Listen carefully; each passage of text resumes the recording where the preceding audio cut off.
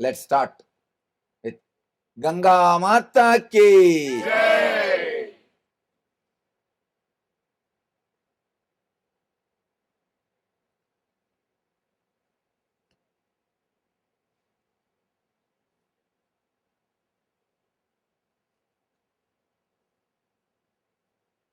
Vyasa sings before singing the Bhagavatam. See, before starting anything, you should remember the divine. You should remember the divine grace so that it will go beautifully.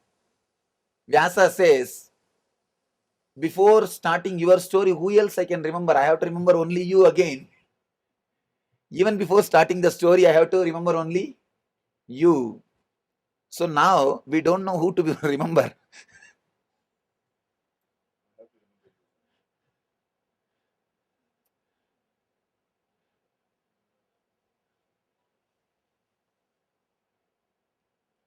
I think we should remember the energy which landed as Nityananda.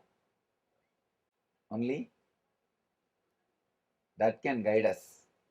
Let it be very clear. Just like you all, I am also going to listen. I promise. Just like you all, I am also going to listen. Because I don't know. I also don't know what is going to come out or what way it is going to express itself. Let it be very clear. Just like you all, I am also going to listen. So I also bow down to the energy which landed as Nityananda and let that energy guide and do the whole thing as it wants. Tavakatamrutam tapta jivanam kavivirididam kalmashapakam Shravanamangalam Srimadadadam Bhuvigrunandide Bhuridajana Nityanandam Paramasugadam Kevalam Jnanamurtim Dvandvaditam Gagana Sadrisam Tattvamasyadilaksham Ekam Nityam Vimalamachalam Sarvadi Sakshibhutam Bhavadidam Driguna Sadgurum Tam Namami. Let's start with the birth. Let me describe exactly the experience of birth. I do not want to add my commentary to it now. Let me describe the experience itself. Maybe later on I'll give the explanation. The experience itself is really wonderful. There was no duel or two things first, like a darkness covered by darkness.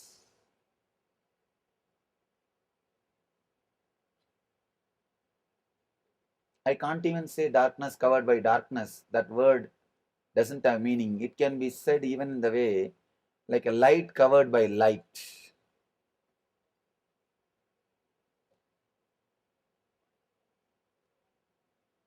There was no experience, experiencer and experienced separately. There was only one consciousness, which is intelligent, which is alive, and which is enjoying itself. Understand? The consciousness is such, it is alive, and it knows it is alive, and it enjoys just being alive. Sat Chit Ananda. Sat means it is alive, truth.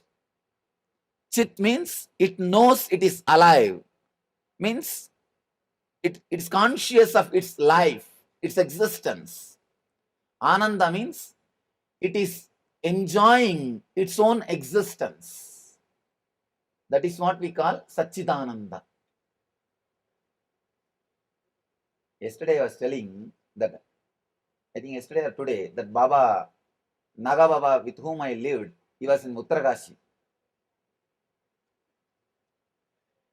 Maybe I'll narrate the incident later on. With Naga Baba, I lived in Uttarakashi. He's a great Mahatma. I used to ask him, Baba, why don't you teach me something? He will never open his mouth. He was a very different kind of soul. Finally, somehow, one day, I sat with him and said, something, Baba, tell something. At least one line, so that I will remember that constantly and keep that with me. And he was much more strong than me. He did not open his mouth. Finally, the one day he said, he doesn't speak much. He said, means he's going, that he is continuing his travel. So I also have to go on my way. I said, I'm coming with you. He said, no, I'm going. Then he gave me that pipe with which he used to smoke. That pipe, he gave it to me. I said, okay, Baba, I'm so happy you gave me this pipe. I kept that pipe with me for quite a long time. I don't know after that what happened to that pipe. I asked him, this pipe may be, it can get lost. Tell me something which will not be lost. I'll carry it with me always. Some one line, one word, one teaching, something. Something, tell me. He was not opening his mouth. I said, all right, next, whatever word you are going to utter, even if you say, fool, get lost, I'll take that word as a mantra. Whatever you are going to say now, open your mouth, at least you will say goodbye. Because now we are going to depart. That word I'll take it as a mantra. Then he started laughing and he said one beautiful line, Deham Naham Koham Soham. Whole Vedanta, just in one line. Deham Naham, I am not the body. Then Koham, who am I? Ask, you will experience Soham, I am the whole. I am everything. Deham Naham Koham Soham. Deham, this body. Naham means I am not that. Then who am I? Koham. Ask, you will realize Soham. Soham means the whole universe. I am the whole universe.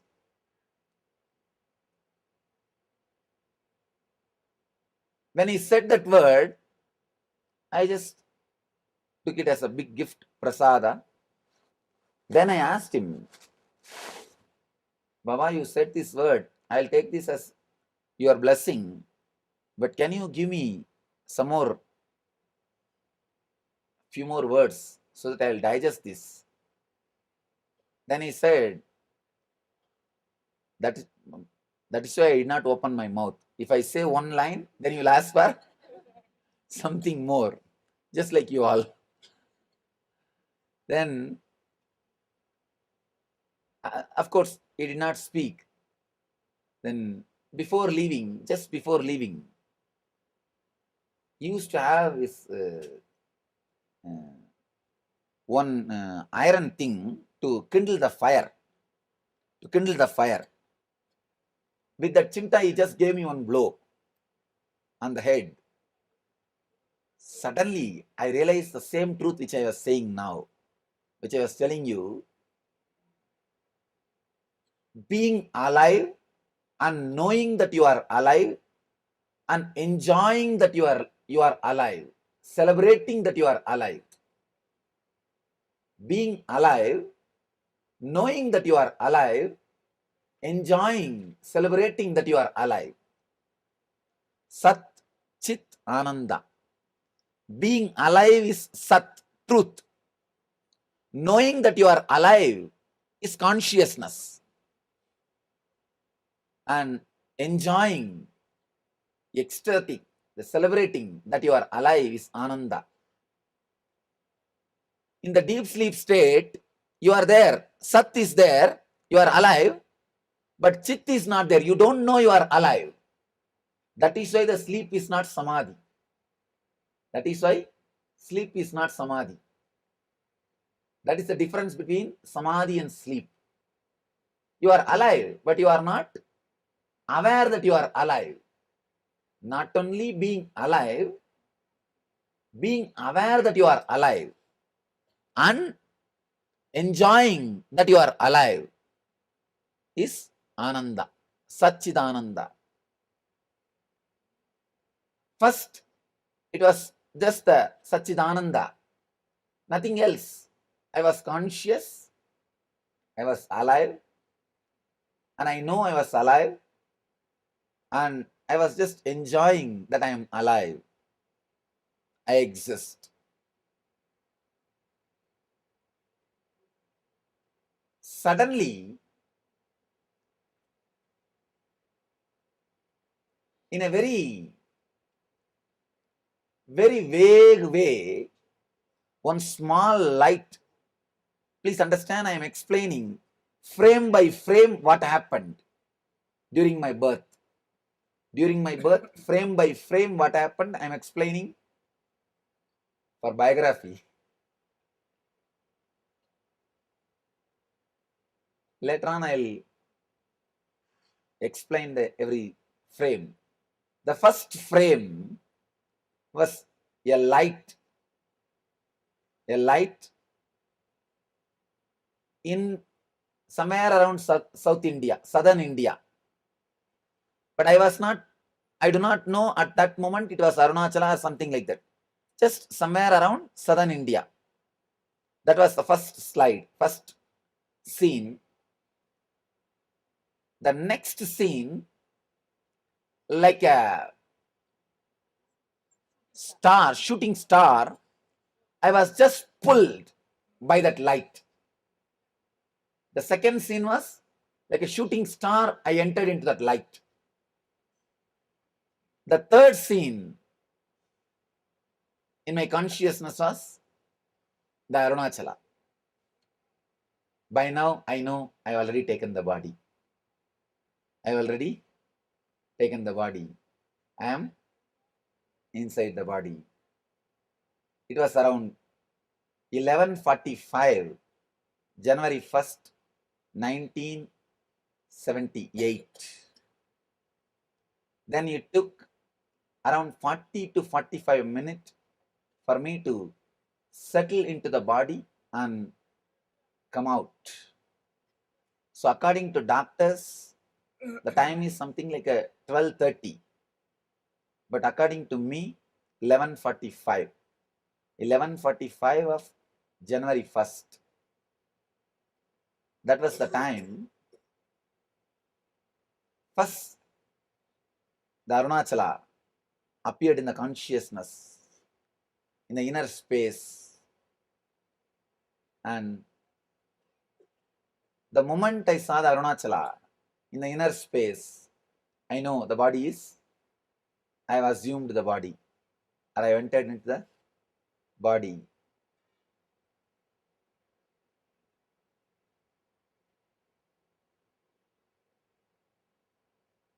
It was such an auspicious energy. Whenever a master lands on the planet Earth, a clairvoyance happens. Like how they say now the holes in the ozone layer, something like that. The conscious layer is drilled for a enlightened being to land.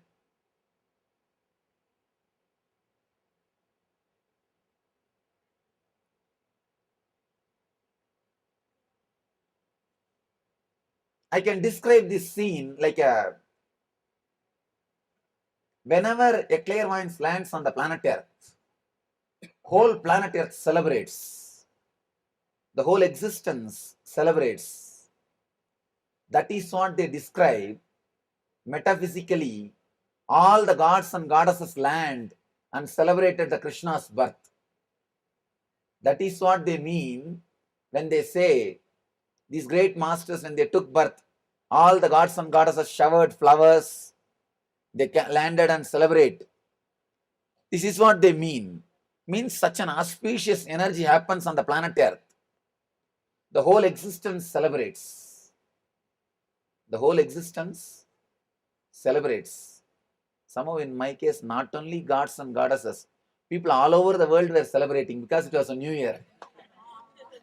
It was a new year.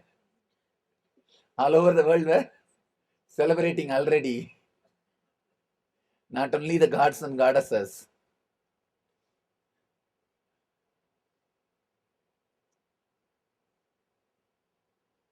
Because such an auspicious energy lands on the planet Earth.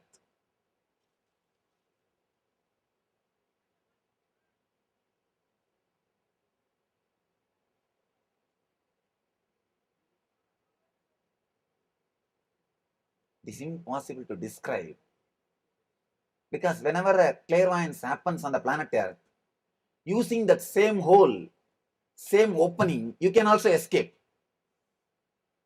The possibility for beings to get enlightened, see, the same door only. Whether to come here or from here to go there, same door only.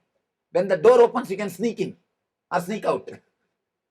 There is a possibility you can take a jump. That is why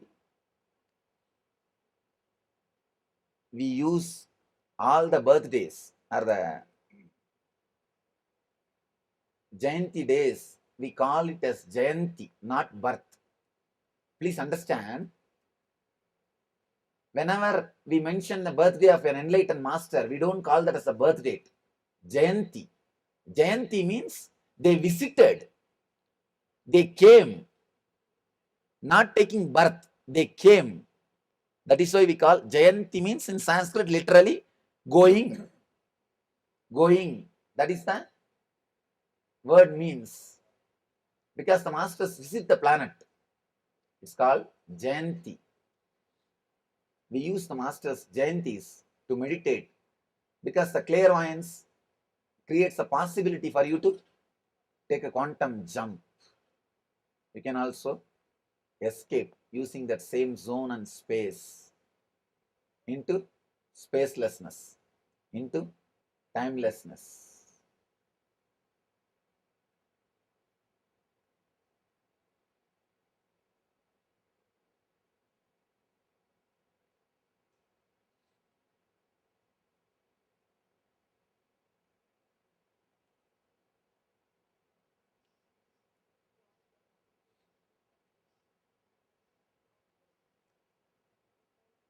It was again Ashtami Tithi,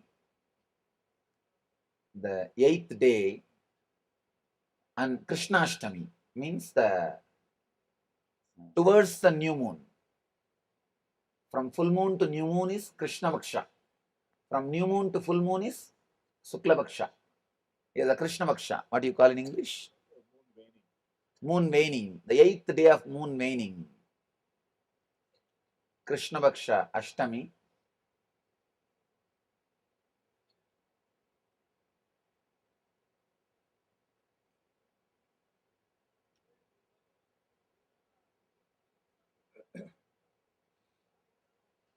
Somebody asked me, Swamiji, why did you choose January 1st to take birth?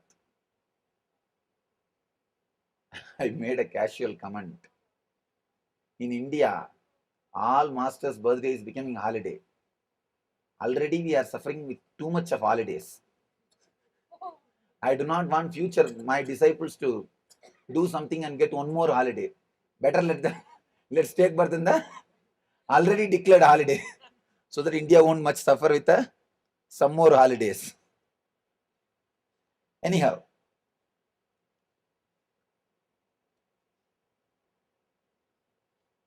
Within 45 minutes, I became aware of the body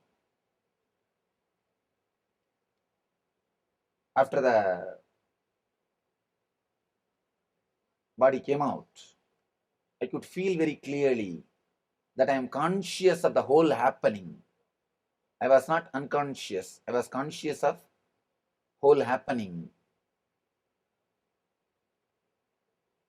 And it was a very auspicious, ecstatic, joyful experience. It was not painful. It was an auspicious, joyful experience.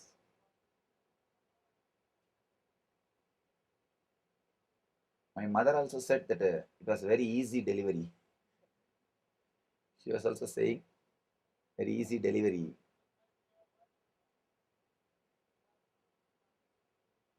One more thing. This is the very beautiful experience which I am sharing first time. Till the age of 3, till I met the Raghupati Yogi, who was my first teacher, till I met him and till he initiated me, whenever I was alone, I used to see 11 people around me. Whenever I was alone, whether I was put in the bed or any time, I used to see 11 people around me. And I used to think, actually now only I say whenever I am alone, 11 people used to be around me. That time I used to think they used to be always around me. They are some relatives. I never had the idea that they are not my relatives. They are not my relatives. My house used to be too filled with too many people. It's like a giant family. You don't know who is who and what is what, and who is whose husband or whose daughter and all those things. It's a giant family. And I never used to know my relatives or family people and all those things. 11 people used to be always around me. So I thought something like just like a normal thing. Only after I met Raghupati Yogi, the moment he initiated me, I'll describe later on how the initiation happened and all those things. The moment he initiated me, all the 11 have disappeared and I've never seen them again. When I asked Raghupati Yogi, he was shocked and he said, they must be Bhairavas. Bhairavas, maybe they were protecting your body. And I neither understood nor appreciated his comment. I neither understood his comment nor appreciated what he meant. And I just left it. In my young age, I used to have a notebook in which I'll write all these stories which I hear from the saints or some instructions. This Raghupati Yogi is a person, very meticulous person.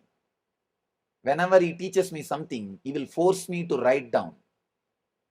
Anyhow, fortunately, my mother preserved all those notebooks. We got the notebooks, now it is in the ashram. We should thank her for preserving all these beautiful relics. She has preserved the whole thing, because after I left the house, the family went through a lot of change. Means the house shifting from place to place. Some 3-4 places they shifted the house. She did not protect the furnitures or all the other things which she had in the house. But she protected all these things very carefully. Actually, in the notebook, I have written in my own hand, maybe around the age of 10 or something, about this 11 Bhairavas also. Before eating, I used to do morning puja. In the puja time, I'll repeat this, all the God's names. In that, I used to repeat this 11 Bhairavas names. Because this Raghupati Yogi said, later on when I read Sharada Devi's life, I realized Sharada Devi was also protected by 8 Sakis of Devi when she was a baby. When she was a baby, 8 Sakis of Devi, 8 attendants of Devi used to be always with Sharada Devi. She says, only when I read that I understood the comment of this Raghupati Yogi. Earlier I was neither able to understand nor able to appreciate. Actually, I asked Raghupati Yogi, then why did they disappear now? He said, now they have handed over you to me because now I am taking care. There is no need for them to be here. That's the reason they are not around you. They are not here physically. This Raghupati Yogi is one of my great inspiration. I can say is a first teacher. Even though he himself is not an enlightened person, he happened in my life for a purpose. I can say my whole physical strength I vow to him. My body is able to be alive and hold the enlightenment. See, enlightenment is like a bringing some 3-4 elephants into this small hut. What will happen to this hut? Like that only enlightenment. But still my body is alive, active and talking to you means that single soul, Raghupati Yogi, is responsible. I remember him really with great respect and gratitude because at the age of 3, he chose me. I neither know about yoga, nothing. He chose me. Actually, he used to stay in the same street where my house was there, where I was born and brought up. In that same street, he used to stay. So he was a close friend of my father and grandmother and everybody, the whole family. He was born and brought up in Burma. In that time, Burma was not separate place. Burma was almost like India. And he stayed with the Tibetan Lamas also for quite a long time and learned this yoga and all those things with them. He himself is an adept, master in yoga. I can say few things about him as an introduction. Of course, if you read the biography, you would have read. He can fly on the air. I myself have seen. He can just lift himself on the air. And not only that, like a fun, he will make us go under him. Small boys, we used to just run under him. See whether anything else is there. He will just lift himself. Like a small boys run under something, under the cart. Like that we used to run under him. He can lift himself. And not only that, he will empty his lungs and tie a iron rope, iron wire, and he will just inhale. The iron wire will burst to pieces. It will burst to pieces. The power of his lungs or the inhaling, the iron wire will burst to pieces. He will exhale in a relaxed way. He will tie that iron wire. Just he will inhale. That's all. The wire will burst to pieces. And whenever he finds some snakes here and there, he will catch them and put them in the nose. They will go inside and come out through mouth. He will do all sorts of game. He's an adept in yoga. Adept in yoga. And not only that, when he eats something, after eating, he will just do something he will just snap. And simply in 2-3 seconds, The whole food, actually, he will just take the intestine out and clean it. I don't know how he is doing and all those things. If disciples, actually some disciples, if they bring food and force him to eat, he never usually eats. If they force him to eat, he will eat in front of them just to console them out of compassion. The moment they go away, he will do something 2-3 seconds near the mouth, and just the whole intestine he will bring it out and wash it clearly with water and put it back. Impossible to comprehend all these things. It's an adept in Ashtanga Yoga and a master. I can say maybe the Parashakti has sent him to prepare my body or to prepare the body to hold the enlightenment. From the age of 3, actually, he will come to the house, he will stand below and shout. He is the first person who started calling me Samyar, means Swami. Because of him, everybody has started calling me Swami. Around the age of 3, I don't know what he meant by calling me Swami, or what he understood, or what, we don't know. He used to call me Swami. In Tamil, Samyar Paya means, I can't translate. It's a very slang way of addressing a small boy. I'll come down. He will take me to the main temple, the Arunachala temple. Make me do that all sorts of yoga practices, 3-4 hours. And finally take me to a nearby hotel and get me coffee and food. Actually, that is the only reason I used to go to. To tell you honestly, after that he will take me to the hotel. Nothing else matters. And he's a nice, very nice person. You can relate with him so well, and very loving person. Very loving. All sorts of magic he will do. Bringing chocolate, anything. And if I say that I will not come, no, today I am not coming, then he will say, I'll give you chocolate. Or something he will tell. I'll give you this, I'll give you that. And moreover, only in the initial level, something like a 6 months only, I will not come on all those drama. After seeing his materializing power and all, naturally the love and respect started growing. Love and respect started growing. The relationship became little intimate. Maybe around the age of 5, he materialized that conch. Still it is in our ashram. He materialized the conch. The full conch he materialized and gave me. That was the time I asked him for the initiation. That was the first time I asked him for initiation.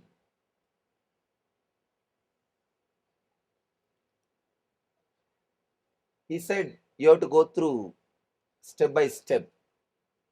Means the Yaman, all the eight parts, Ashtanga Yoga. And anyhow, he initiated me. The moment he initiated, the place where he initiated is, it's called Krittigai Mandapam in temple in Arunachala temple. The moment he initiated me, he gave me the Shakti mantra. The moment he gave that mantra, simply like a flash, I was able to see the Devi. With Angusha and Pasa, Abhaya and Varada, she was standing in front of me. The moment I saw the Devi, he was telling me, meditate on Devi. I said, she's here. I could see. He had the shock of his life.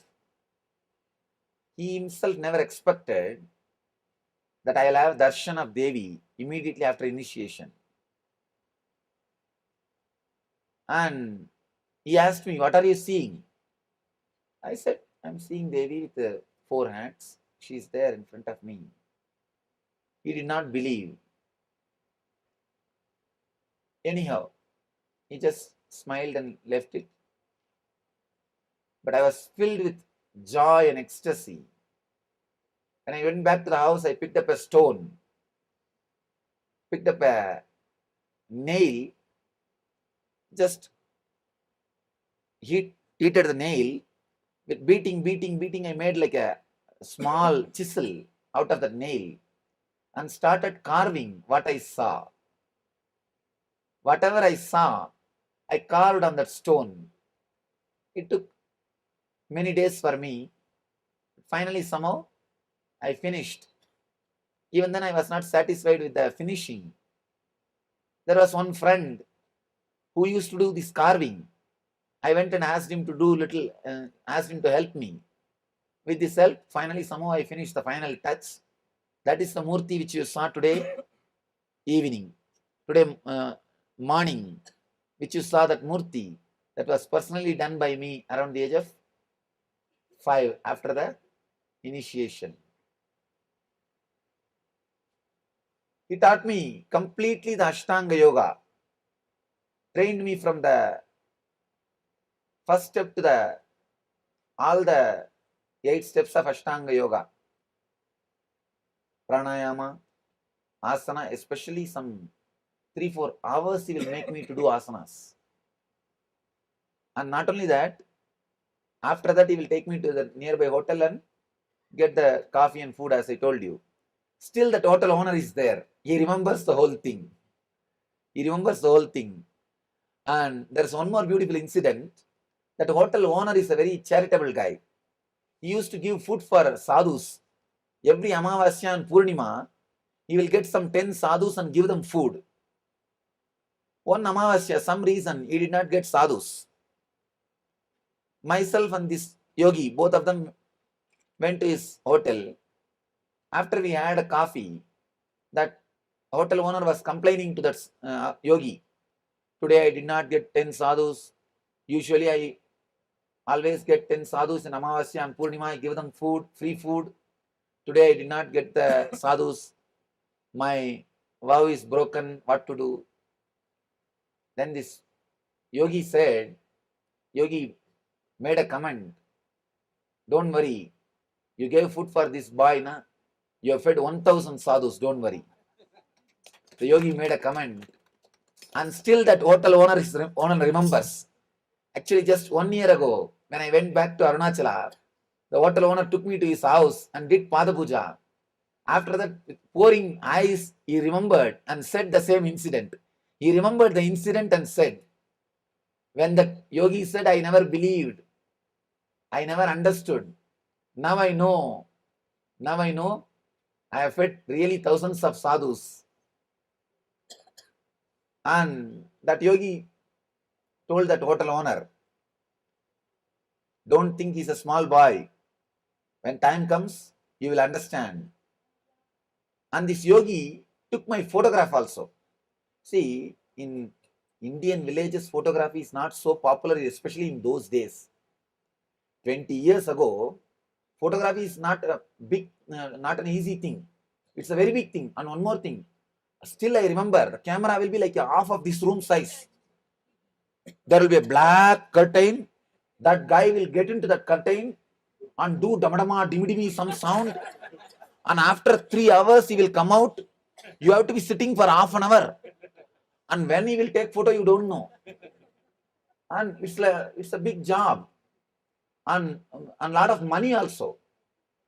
At least 100 rupees those days you have to spend. Nowadays, photography has become very easy. 100 rupees you will get camera itself. In those days, this yogi took money from the hotel owner only to take the photograph.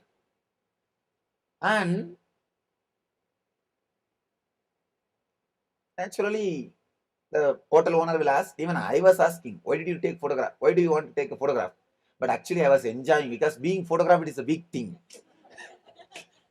Being photographed is a big thing. I asked him, why do you want to take the photograph? And so much of spending so much of money. And that hotel owner also asked him, why do you spend so much of money and take this photograph? That yogi did not answer. But after the photograph came, in a paper, he wrote, when time comes, whole world will thank me for this photograph. He wrote these very words in Tamil. He wrote these very words in Tamil and put that paper into that photograph, with that photograph, and gave it to me. Still we have photograph and the paper both in our ashram. That's the first photograph which you will be seeing, me sitting like this, maybe the age of 9. That's the first photograph you will be seeing. And this yogi used to teach me all these practices.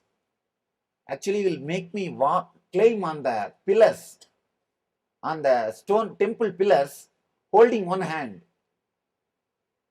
I used to ask him, why are you making me doing all these things? He'll tell me, this is the age to do all these things.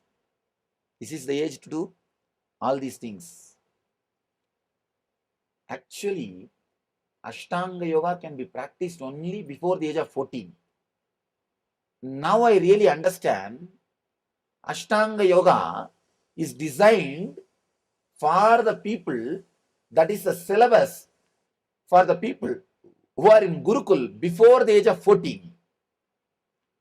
That is not the syllabus for the people who are starting after 14. I tell you, now I can very clearly understand why that yogi was training me in Ashtanga Yoga at the age of, from the age of 3. Actually, my whole physical strength I vow to him. It's just because of his training. Hours together I used to do yoga. He will make me stand the topsy-turvy Sirasasana, headstand for 1 hour, 2 hours. He will make me stand until he will tell me, till I come back, be like this. And he will go away somewhere. And I should be sitting because I have to have my coffee now. I have to have my coffee or toffee, whatever.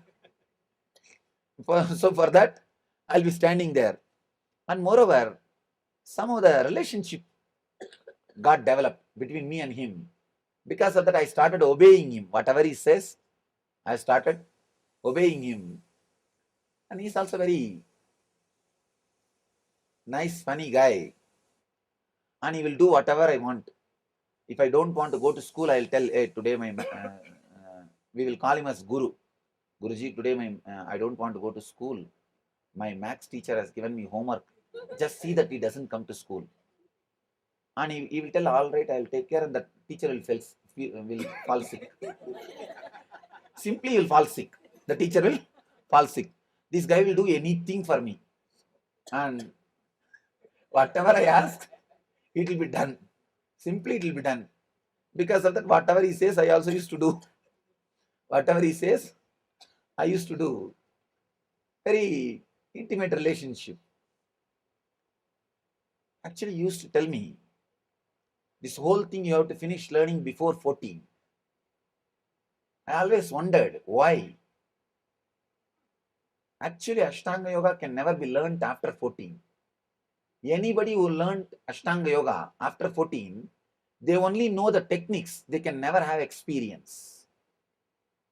Because the very basic thing, the Ashtanga Yoga's basic thing, Yama Niyama, means the Yama, Brahmacharya, Ahimsa, first thing Brahmacharya. Let me be very clear. Let me make a very bold statement. It's a very strong but true statement. After 14, only enlightened person can be Brahmachari. Let you be very clear. After 14, except enlightened person, Brahmacharya is simply impossible. If you have to master the Yama, it has to be done before 14. Before 14, it should have been done. If it has not happened after 14, unless you are enlightened, Brahmacharya is impossible. Either you should have mastered it, you should have mastered the Ashtanga Yoga before 14, or impossible. Simply impossible. It's not that I disrespect the sannyas tradition of our India. No, I don't disrespect. They are really working, striving to achieve, but except an enlightened being, it is impossible. I'm making a very bold statement for the sake of record. Let it be recorded. Just for that I'm making. But it's the truth. It's a 100% truth. Anybody wants to refute, I can stand for this statement. After 14, only an enlightened person can be brahmachari. Otherwise, it is impossible. So, Ashtanga Yoga can be mastered only before 14. Before 14 only Ashtanga Yoga can be mastered. Otherwise, it is impossible. I always tell this, even our ashram brahmacharis. I tell them, till enlightenment, brahmacharya is impossible. You are unmarried. You are unmarried just to avoid so much of nonsensical problems which will happen in your life if you are married. That's all. Be very clear. Brahmacharya is not a spiritual vow. Staying single is not a spiritual vow. It's a social vow. I am completely giving a new definition and dimension. Understand? I am breaking few strong ice layers. I tell these brahmacharis, I be very clear. Now you are single, because if you get married, the thousands of headaches and the problems, nonsense which you have to go through, just to escape from that, you are a single. But do not carry the guilt that brahmacharya is not happening in you. It will happen only when you become enlightened. I tell them very clearly. It will happen only when you become enlightened. So do not give spiritual importance to it. It's only a social law. And one more thing I tell them, do not think that married people are all living happily. There are more than 90% married people are also living as a celibates. And let you be very clear about the insider secrets. And do not think married people are all living as they want, or as you think. These unmarried guys are all thinking that married people are all living as they want. It's not. It is not true. If I have to break the ice openly, this is the truth. I tell them, do not think the other shore is green. Let me be very clear. Only the people who are sitting in this shore, they think the other shore is green. But the people who are on the other shore, they are thinking this shore is green. But the problem is there is no bridge to jump from here to there. There is only one-way bridge. From brahmacharya, you can go to marriage. From marriage, you can't skip. Anyhow, let's come to the subject. The Ashtanga Yoga is the syllabus created by Patanjali for the people who join the Gurukula around the age of 5 to practice till the age of 14. The whole Ashtanga Yoga finishes by 14. By 14. He used to make me to do all sorts of this yoga, physical and pranayam. Of course, above all, making me meditate, constantly meditate, asking me to concentrate on different chakras and meditation, different syllables, mantra, working with sound. He is such an adept in sound. He will just make few sounds. Dogs, the far away, actually something like 1 furlong away, the dogs which are there, they will just come running towards him. I have seen, he will just sit in his place and make few sound. It will not be even like a dog's voice. Just that sound. Dogs will come running towards him. He is such an adept in handling the sound. And I have seen him doing all sorts of things. He will break a stone with a sound. He will take a stone and hold in his hand, just create some sound in the throat. and that sound will feel like as if a hammer. Hammer is hitting, and the stone will be there as a two-piece. He will give it in the hand. He will just take a stone near the mouth. That he will create a sound. The sound will be the same sound of like a hitting the hammer. He used to tell me the sound, when you are hitting the hammer, what sound is created. The same decibel sound, if you can create and concentrate it on a product, it will have the same effect of as if being beaten by the hammer. And simply the stone will become two pieces and he will give it in the hand. He's such an adept with the sounds. And just by creating a sound, I have seen him hiding people. He will hide people by creating a sound. Like a scream, the sound will become like a scream. He will hide the people. Actually, in those days, when I don't go to school, the village is too small village, so they will send the school watchman to go around and see wherever the boys are hiding to bring them back, to bring them to school. Whenever my watchman comes, if this yogi is around me, I'll tell him, see, the watchman is coming. That we call him as Tata, means the grandfather. The watchman is called as Tata. He was a very elderly gentleman. He is still alive. That watchman also remembers all these incidents. When this yogi is there, I'll tell him, see, that watchman is there. He will create some sound. The watchman will come. He will be standing in front of me, but he will see this side and that side. He will not be able to see me and he will go away.